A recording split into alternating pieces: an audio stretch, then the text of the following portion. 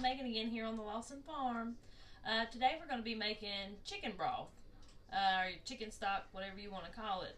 I bought a whole chicken. If you follow me on Facebook, you see my little grocery tip to buy the whole chicken instead of individual cuts. That way you can use the bones and go ahead and make you some chicken broth.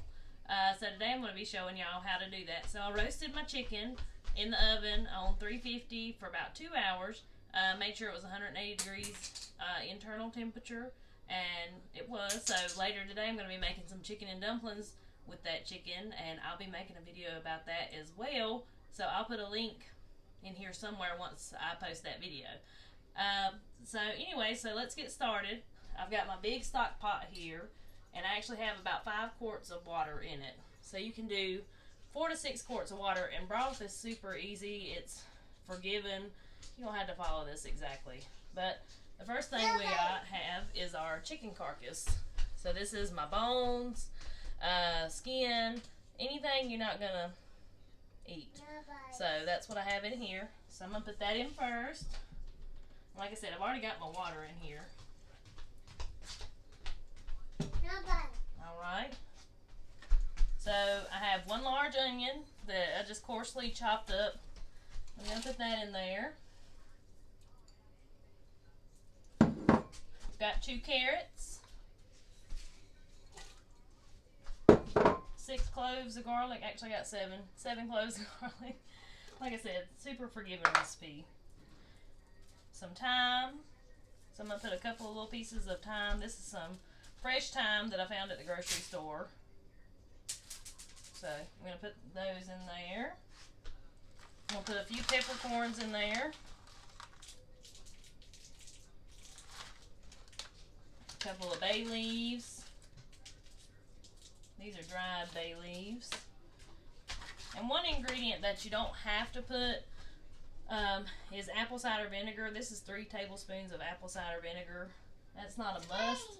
But what that'll do is that vinegar goes ahead and starts deteriorating those bones to make your broth thicker.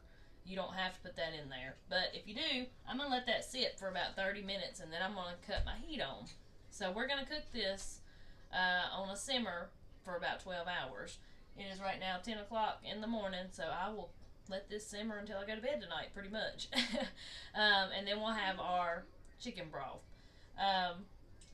So one thing about chicken broth, what you could do, you know, if you're cooking and you got little pieces of vegetables here and there that you cut off, like the ends of carrots or little celery leaves, things that you're going to throw away, you could put you a bag in the freezer, and just every time you get a little something, just add it to that bag, and you can just call that your broth bag and have that ready whenever you're ready to make your chicken broth. So I'm going to go ahead and let this sit for 30 minutes, and then we'll get started. So I let my chicken broth sit for about 30 minutes with that vinegar in there, and then I brought it up to a boil, and now I'm letting it simmer. I just want to show y'all what this looks like. I mean, and I wish y'all could smell it. It smells amazing. So we're going to do this for about 12 hours. And these bubbles and things that are coming up on top, anything that's going to start floating up on top like that, I'll clean that off throughout the day and get those.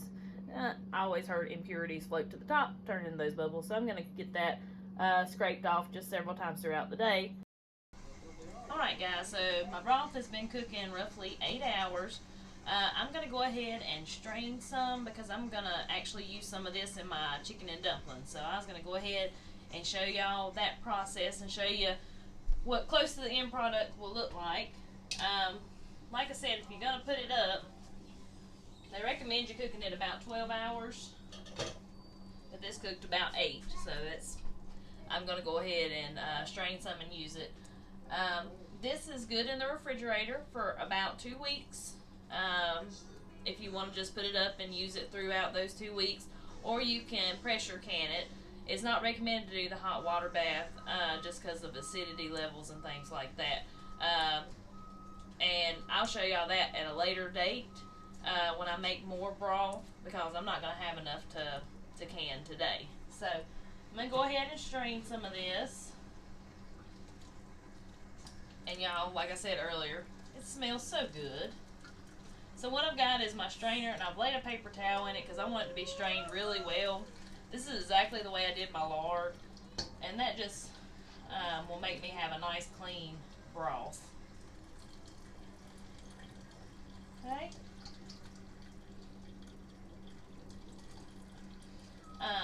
And like I said, this recipe is very forgiving. I mean, you could actually make chicken broth from just chicken and water if you wanted to. It wouldn't have as much of a flavor, and of course, it's more salt to taste. I try not to add a lot of salt to mine, just so I can salt whatever recipe I'm using, you know, to taste, and it's not going to be super salty.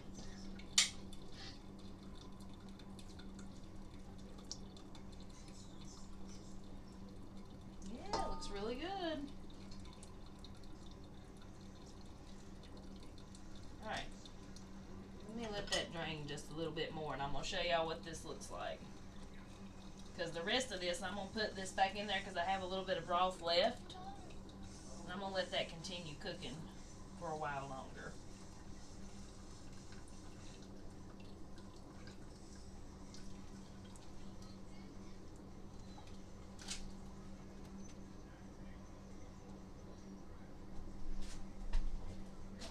Ooh, I just made a mess on the floor. Okay. So here is my chicken broth. So it's not going to look like what you buy from the store because it's got bones and everything in it. It's got collagen in it. This is actually super healthy to make your own broth just because of the nutrients and vitamins and things that are not in store-bought chicken broth because store-bought chicken broth is pasteurized and it's watered down, so you don't get all the benefits as you do making your own. So I hope you have enjoyed this video. Hope you've learned a lot. If you got any questions, don't hesitate to leave them in the comments. Making your own chicken broth is easy. If you've got a day like today, it's rainy, I can't do anything else, you just put it on the stove, let it simmer all day. You don't really have to fool with it. So until it gets done.